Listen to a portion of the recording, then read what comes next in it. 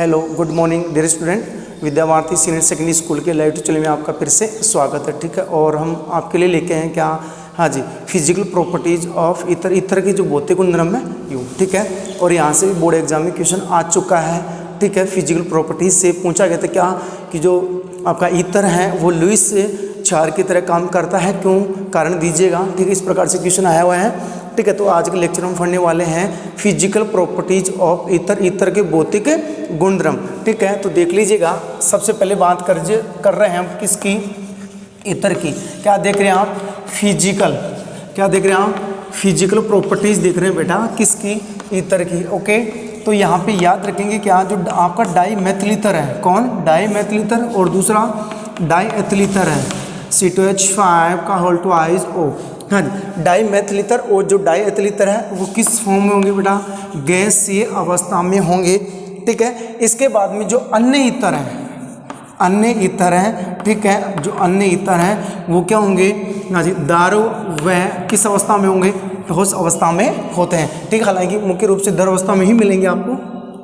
इसके बाद में देखिएगा जो ईथर है बेटा, कौन, ईथर ज्वलनशील, ज्वलनशील प्रकृति के होते हैं। ओके, फिर नेक्स्ट आप याद रखेंगे जो अपना ईथर है, ठीक है, उनमें यदि कार्बन संख्या बढ़ती जाएगी, ठीक है, अणुभार बढ़ेगा, और अणुभार बढ़ेगा तो बॉइलिंग पॉइंट का मान यहाँ से क्या होता जाता है, बढ़ता जाता है। इससे पहले देख लीजिएगा क्या, जो अपना ईथर है, ईथर जल में क्या होता है, जल में अल्प विलय होता है, जल में अल्प विलय होता है, ये आप याद रखेंगे। ठीक है, तो ईथर क्या था, ज्वलनशील था। हाँ जी, जल में क्या है, अल्प विलय। अब यहाँ से कारण बनता है कि जो ईथर अपना वो जल में अल्प विलय है, क्यों, कारण दीजिएगा। ओके, इसके बाद में देखिएगा अणुभार बढ़ने पर क्या लिखेंगे आप, अणुभार बढ़ने पर, अणुभार बढ़ने पर, हाँ जी, बीपी का मान, बीपी का मान क्या होता है, बढ़ता है।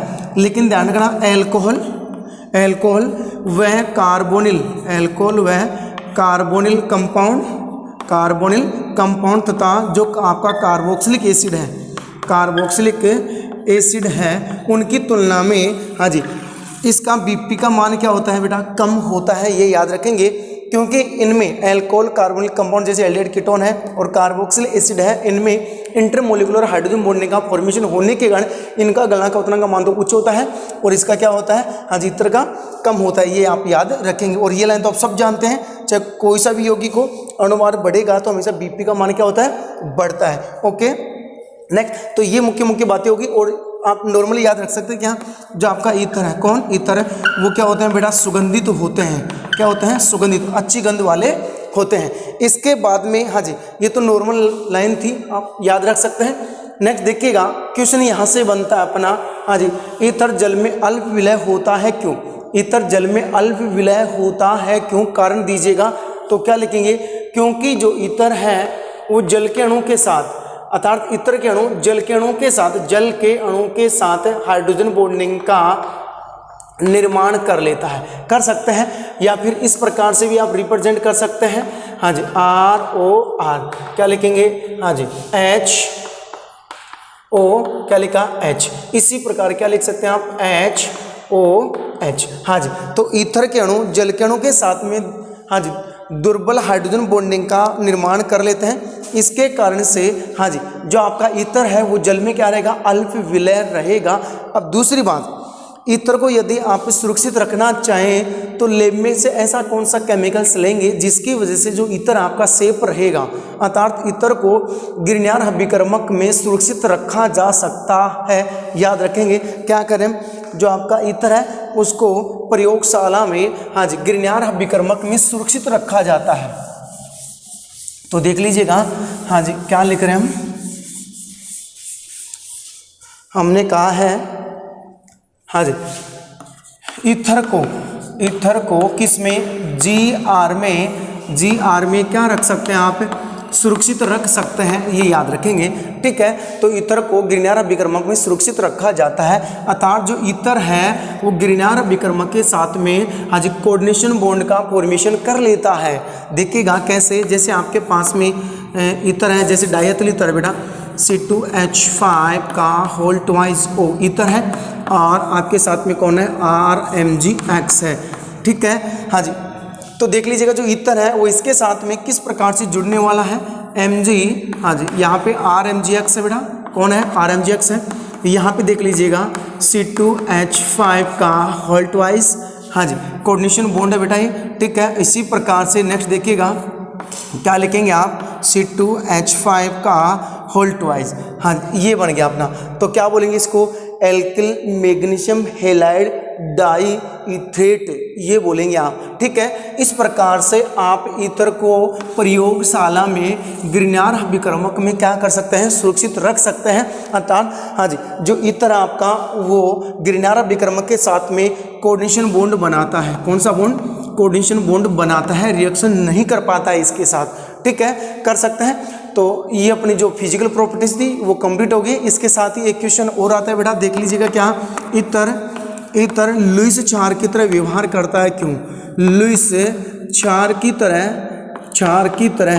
व्यवहार करता है क्यों, व्यवहार करता है क्यों, कारण दीजिएगा। ये क्वेश्चन आ चुका है आपके, ईथर लुईस क्षार की तरह व्यवहार करता है क्यों, तो क्या लिखेंगे, क्योंकि जो ईथर है, ईथर में कौन है, ऑक्सीजन है, ऑक्सीजन क्या करता है, हाँ जी, ऑक्सीजन के ऊपर जो लोन पेयर है, कौन लोन पेयर है वो इलेक्ट्रॉन श्रेणी को आसानी से क्या कर लेता है, ग्रहण कर लेता है। जैसे बात करें, हाँ जी, ROR, बेटा ये कौन है आपका, ईथर है। ईथर में ऑक्सीजन परमाणु पर एकांक इलेक्ट्रॉन युग्म उपस्थित होते हैं जो आसानी से प्रोटॉन को या हाँ जी किसी भी इलेक्ट्रोफिलिक को क्या कर लेते हैं, ग्रहण कर लेते हैं। इस कारण से हाँ जी ये क्या होते हैं, ईथर लुईस क्षार की तरह व्यवहार करते हैं, अर्थात क्षारीय प्रकृति का होता है कौन, ईथर। किस कारण से, हाँ जी, ईथर में हाँ जी लोन पेयर उपस्थित होता है बेटा, कौन, लोन पेयर। जो लोन पेयर डोनेट करता है वो हमेशा बेसिक का काम करता है, जो लोन पेयर डोनेट करता है वो किसका काम करता है, बेसिक का काम करता है। अतः ये क्या करता है, हाँ जी, अपने लोन पेयर को डोनेट करता है। इसी कारण से ये क्या हो गया, अपना जो ईथर है वो लुईस क्षार की तरह व्यवहार करता है, कर सकते हैं। यहाँ से क्वेश्चन बनता है। अब देखिएगा बेटा, नेक्स्ट जो अपनी प्रॉपर्टीज आती है वो क्या है, केमिकल प्रॉपर्टीज ऑफ हाँ जी ईथर के रासायनिक गुणधर्म। जो ईथर है हाँ जी कौन कौन सी रिएक्शन रिप्रेजेंट करता है, ये हम पढ़ने वाले हैं। ओके, तो यहाँ से भी क्वेश्चन आता है आपके बोर्ड एग्जाम में। तो देखिएगा नेक्स्ट जो अपना टॉपिक है वो क्या है, हाँ जी केमिकल प्रॉपर्टीज ऑफ ईथर के रासायनिक गुणधर्म बेटा। और सबसे पहले देखिएगा हाँ जी डाईएथिल ईथर में, और हम मुख्य रूप से कौन सा ईथर लेंगे, डाईएथिल ईथर लेंगे, डाईएथिल ईथर लेने वाले हैं। डाईएथिल ईथर में एथिल समूह पर प्रतिस्थापन अभिक्रिया, समूह पर प्रतिस्थापन रिएक्शन, ये पढ़ेंगे। और इसमें बेटा एक ही रिएक्शन है, वो कौन सी है, हाँ जी क्लोरोनेशन। क्या लिखेंगे आप, हाँ जी क्लोरोनेशन, क्लोरीनिक रिएक्शन। और इसमें बेटा दो हैं आपकी, कौन कौन सी, एक तो है हाँ जी सूर्य के प्रकाश की उपस्थिति में, या एक लिख सकते हैं अंधेरे में, एक तो है अंधेरे में बेटा। और जो दूसरी रिएक्शन अपनी वो कौन सी है, सूर्य के प्रकाश की उपस्थिति में, सूर्य के प्रकाश की उपस्थिति में, अर्थात उजाले में रिएक्शन होगी, ये आप याद रखेंगे। ठीक है, यहाँ से कंपटीशन में भी क्वेश्चन आ चुका है। हाँ, अब नंबर 2 देखिए बेटा, नंबर 2 हाँ जी ईथर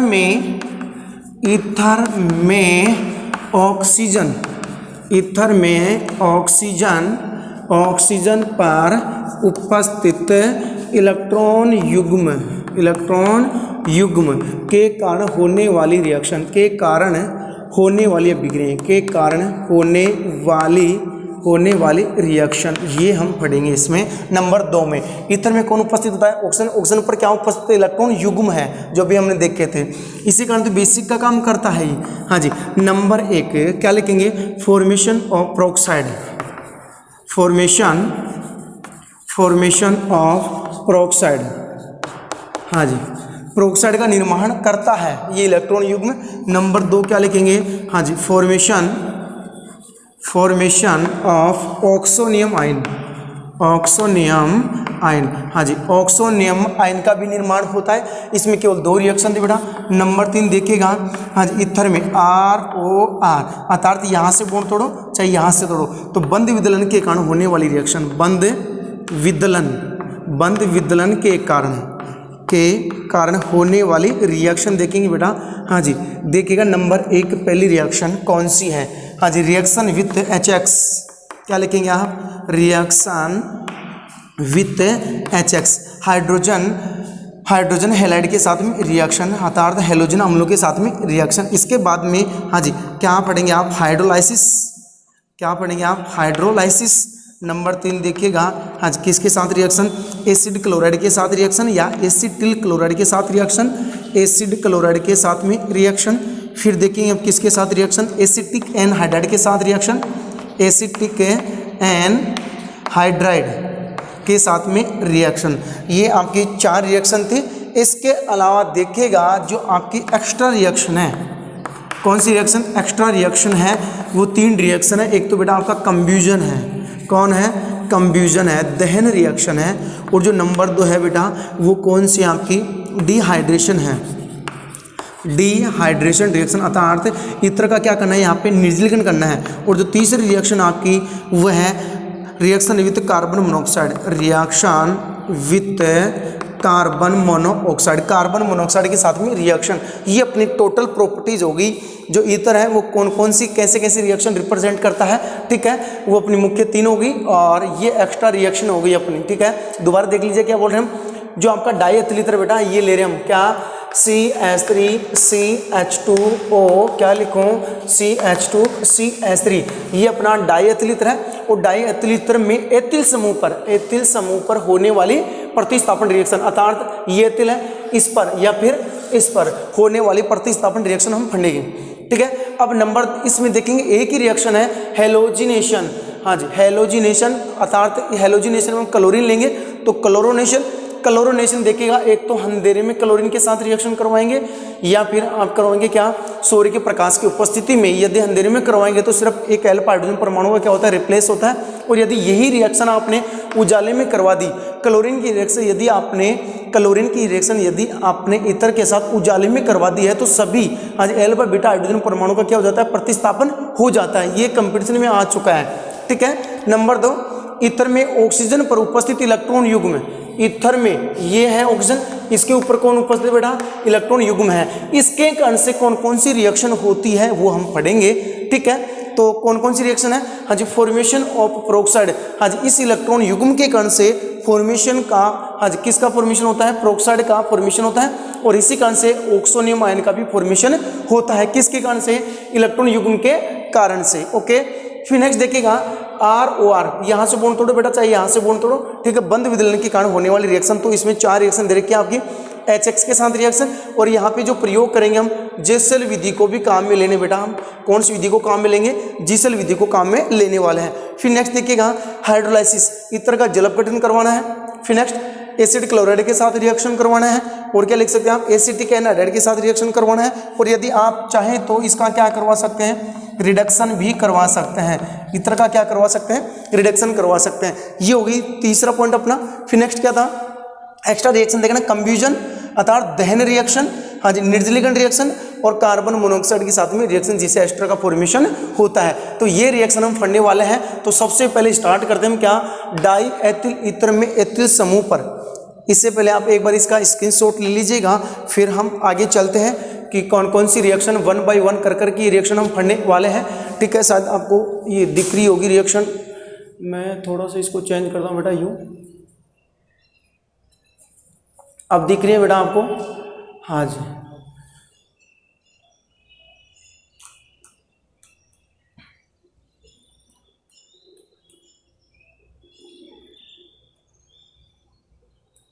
अब आ रही है बेटा,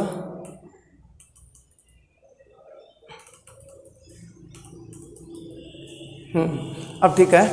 अब स्टार्ट करते हैं, हम एक एक रिएक्शन पढ़ते हैं 1 बाय 1 करके, ठीक है। तो देखिएगा सबसे पहले हम जो रिएक्शन पढ़ेंगे वो क्या है, die ethyl ether. Die ethyl ether में एथिल समूह पर कौन सी रिएक्शन, प्रतिस्थापन रिएक्शन पढ़ते हैं।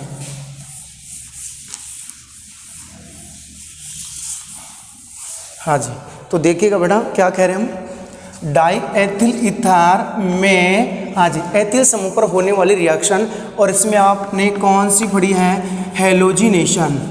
हेलोजिनेशन रिएक्शन पढ़ेंगे। और हेलोजिनेशन में क्या है, हाँ जी इतर में हेलोजन परमाणु क्या करेगा, एथिल समूह पर उपस्थित कौन, हाइड्रोजन को क्या करेगा, रिप्लेस करेगा। ओके, और इसमें जो पढ़ेंगे आप कौन सी रिएक्शन पढ़ेंगे, क्लोरोनेशन रिएक्शन पढ़ेंगे। अर्थात क्लोरीन के साथ, जो क्लोरीन के साथ रिएक्शन करवाएंगे वो दो कंडीशन कराएंगे। हाँ जी, एक तो क्या लेंगे आप, डार्कनेस अंधेरा लेंगे, क्या लेंगे, अंधेरा लेंगे बेटा, अंधेरा। और एक क्या लेंगे बेटा आप, उजाला लेंगे, क्या लेंगे, उजाला लेंगे। इस प्रकार से आपको रिएक्शन करवानी है। तो समझेगा यदि आप अंधेरे में रिएक्शन करवाते हैं तो नंबर एक वो पढ़ रहे हैं, यहाँ से स्टार्ट करते हैं। हाँ जी, अंधेरे में रिएक्शन, अंधेरे में अभिक्रिया। ठीक है, अब देखिए अंधेरे में रिएक्शन करवा रहे हैं तो किसका फॉर्मेशन होता है, CH3CH2 और क्या लिखूँ, CH2CH3। हाँ जी, डाइएथिल ईथर है, और डाइएथिल ईथर में एथिल समूह पर होने वाली रिएक्शन पढ़ रहे हैं। तो किसके साथ रिएक्शन करवा दो बेटा आप, क्लोरीन के साथ। हाँ जी, सूर्य के प्रकाश की उपस्थिति नहीं ले रहे हैं, यहाँ पे अंधेरा ले रहे हैं। पहले क्या ले रहे हैं बेटा, अंधेरा ले रहे हैं, अंधेरा। ओके, तो क्या होगा, एक क्लोरीन परमाणु एल्फा हाइड्रोजन परमाणु क्या करता है, प्रतिस्थापित करता है। तो बाहर तो क्या हो जाएगा बेटा आपका HCl हो जाएगा। अब यहाँ पे क्या लिखेंगे आप, CH3CH2O, फिर क्या लिखेंगे आप, CHCl, और क्या लिखेंगे, CH3। हाँ जी, एल्फा क्लोरो डाइएथिल ईथर, या फिर ईथर भी लिख सकते हैं हम डायरेक्ट। फिर यदि इसी की रिएक्शन वापस, हाँ जी अंधेरे में चल रही बेटा, अंधेरे में ही क्लोरीन के साथ करवा दें तो यहाँ से एक अल्फा हाइड्रोजन परमाणु रिमूव हो जाएगा। तो क्या लिखेंगे आप, CH3 CHCl O CHCl, फिर क्या लिखूँ, CH3। तो अल्फा अल्फा क्या नाम हो जाएगा बेटा, अल्फा, हाँ जी अल्फा डाइक्लोरो ईथर या डाइएथिल ईथर। हाँ जी, तो ये याद रखेंगे आप क्या, यदि आप क्लोरीन की रिएक्शन या ईथर की रिएक्शन या डाइएथिल ईथर की रिएक्शन किसके साथ करवा रहे हैं, हाँ जी क्लोरीन के साथ करवा रहे हैं, कौन सी कंडीशन में करवा रहे हैं आप, अंधेरे में करवा रहे हैं, तो किसका फॉर्मेशन होगा, हाँ जी सिर्फ अल्फा हाइड्रोजन परमाणु का प्रतिस्थापन होता है। सिर्फ अल्फा हाइड्रोजन परमाणु का क्या होता है बेटा, प्रतिस्थापन होता है। क्या होता है, प्रतिस्थापन होता है, कर सकते हैं। फिर हम बड़े बड़े से रिएक्शन करवा सकते हैं तो अल्फा हाइड्रोजन परमाणु क्या हो जाता है, प्रतिस्थापन होता है। अगर यही रिएक्शन, यदि यही रिएक्शन हम सूर्य के प्रकाश की उपस्थिति में करवा दें तो जितने भी डाइएथिल ईथर में उपस्थित हाइड्रोजन है उन सब का क्या हो जाएगा, प्रतिस्थापन हो जाएगा। ठीक है, तो देख लीजिएगा नेक्स्ट। हाँ जी, सूर्य के प्रकाश की उपस्थिति में रिएक्शन या क्लोरीनीकरण। तो नेक्स्ट रिएक्शन बनती है अपनी सूर्य के प्रकाश की उपस्थिति में क्लोरीनीकरण। नंबर 2, हाँ जी फोटोन, या फिर क्या लिख सकते हैं आप, सूर्य के प्रकाश की उपस्थिति में क्या, क्लोरीनीकरण रिएक्शन, ये पढ़ेंगे।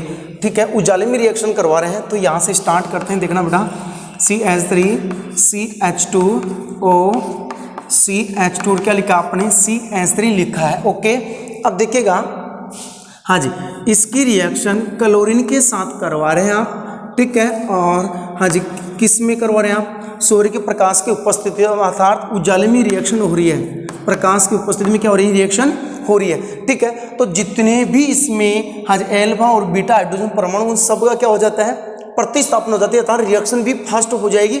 तो जितने भी हाइड्रोजन है वो क्लोरीन के द्वारा रिप्लेस हो गए होंगे। ठीक है, तो यहाँ पे हाइड्रोजन कितने बेटा, 10 हाइड्रोजन है ना, तो यहाँ पे कितना करेंगे आप, 10, क्योंकि 10 क्लोरीन तो यहाँ पे जोड़ेंगी हाइड्रोजन जगह और 10 हाइड्रोजन बाहर होंगे। तो बाहर तो क्या हो गया आपका 10 HCl, और यहाँ पे क्या लिखेंगे आप, CCl3 CCl2 और CCl2, और क्या लिखा आपने, CCl3। हाँ जी, पर डाइक्लोरो ईथर का फॉर्मेशन होता है, पर डाइक्लोरो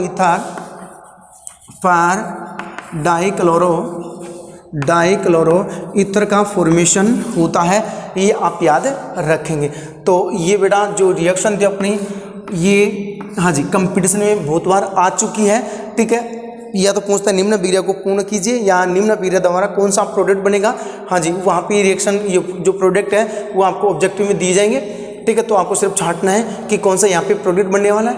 और यदि यहाँ पे अंधेरा होता तो सबको पता है सिर्फ अल्फा हाइड्रोजन परमाणु का क्या होता, प्रतिस्थापन होता। लेकिन यहाँ पे कंडीशन दे रखी है क्या, हाँ जी प्रकाश या उजाला दे रखा है, या फिर आप फोटोन लिख सकते हैं, ठीक है। तो फोटोन की प्रेजेंस में डाई एथिल ईथर में जितने भी हाइड्रोजन परमाणु है उन सबका क्या हो जाएगा, प्रतिस्थापन हो जाता है, कर सकते हैं। तो ये जो रिएक्शन थी अपनी, ये क्या हो गई है, कंप्लीट हो गई है। इसके बाद में जो हम रिएक्शन पढ़ेंगे, इसके बाद में जो हम रिएक्शन पढ़ेंगे, ईथर में हाँ जी ऑक्सीजन परमाणु पर उपस्थित इलेक्ट्रॉन युग्म के कारण होने वाली रिएक्शन है वो हम पढ़ेंगे, ठीक है। तो वो हम कल के लेक्चर में पढ़ेंगे, आज के लेक्चर में हम सिर्फ इतना ही पढ़ेंगे, ठीक है। और हमने एक क्वेश्चन बताया था आपको, कौन सा, जो आपका ईथर है, चाहे आपका डाईएथिल ईथर हो, चाहे डाईमेथिल ईथर हो, चाहे डाईएल्किल ईथर हो, ठीक है, वो किसका काम करते हैं, वो हमेशा लुईस बेस का काम करते हैं। क्यों करते हैं, क्योंकि उनमें ईथर में ऑक्सीजन परमाणु पर इलेक्ट्रॉन युग्म उपस्थित होते हैं, क्योंकि ईथर में ऑक्सीजन परमाणु पर इलेक्ट्रॉन युग्म उपस्थित होते हैं, ठीक है, जो आसानी से H+ को क्या कर लेते हैं, ग्रहण कर लेते हैं, अर्थात H+ को इलेक्ट्रॉन युग्म डोनेट कर देते हैं। इसके कारण से जो आपका ईथर है, हाँ जी, वो क्या है, एक लुईस बेस की तरह बिहेव करता है, ठीक है। तो आपको याद हो गया होगा। फिर जो इसके दौरान रिएक्शन होती है, अर्थात ईथर में ऑक्सीजन परमाणु पर इलेक्ट्रॉन युग्म के कारण से दो रिएक्शन होती थी, अर्थात दो चीज़ों का फॉर्मेशन होता था। एक तो हाँ जी ऑक्सोनियम आयन का फॉर्मेशन होता था, इससे के साथ में प्रोक्साइड का फॉर्मेशन होता था। यदि आप ईथर की रिएक्शन हाँ जी वायु के साथ में या फिर ओजोन के साथ में करवाते हैं तो प्रोक्साइड का फॉर्मेशन होता है, ठीक है। और यदि आप अम्ल के साथ में या फिर अकार्बनिक अम्लों के साथ में रिएक्शन करवाते हैं, ठीक है, तो ऑक्सोनियम आयन का फॉर्मेशन होता है, अर्थात प्रोटोनेटेड ईथर का फॉर्मेशन होता है, ठीक है। तो आप डाईएथिल ईथर की रिएक्शन H2SO4 के साथ करवा सकते हैं, HNO के साथ करवा सकते हैं, HCl के साथ में करवा सकते हैं। तो प्रोटोनेटेड ईथर का फॉर्मेशन होता है, अर्थात ऑक्सोनियम आयन का फॉर्मेशन होता है, ठीक है। तो उसमें वो वाली रिएक्शन है जो हम कल के लेक्चर में पढ़ेंगे। इसके बाद में जो अब हमने रिएक्शन बताई थी, हाँ जी, जो डाईएल्किल ईथर था उसमें से बॉन्ड ब्रेक करना था, ठीक है। तो इसमें एक रिएक्शन आती थी, कौन सी, रिएक्शन विद HX के साथ में रिएक्शन, ठीक है, बड़ी इंपॉर्टेंट रिएक्शन थी, ठीक है। उस रिएक्शन को हमें करना है जीसल विधि के द्वारा, ठीक है। तो हम आज के लेक्चर में इतने पढ़ेंगे। Thank you.